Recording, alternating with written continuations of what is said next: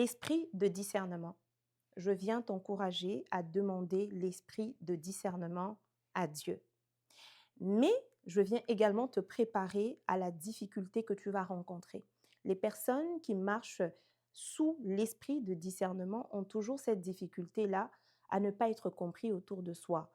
Parce que l'esprit va te dire de ne pas faire ce que tout le monde fait, mais tu n'auras pas toujours les éléments pour justifier ta position.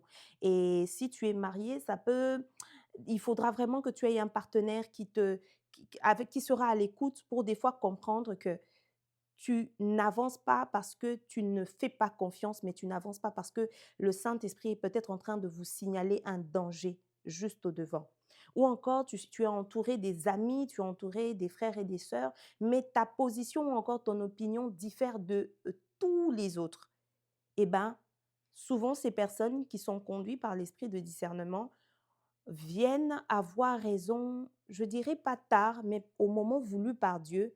Mais pour ceux qui ne les avaient pas compris, ben, les dégâts auront déjà eu lieu.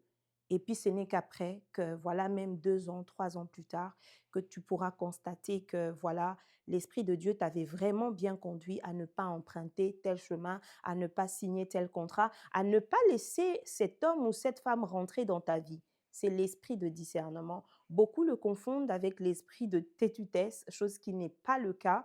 Mais lorsque l'esprit de discernement te conduit, il ne te donnera pas toujours toutes les pièces du puzzle. Je te prépare donc à être formaté parce que tu seras incomprise ou incompris.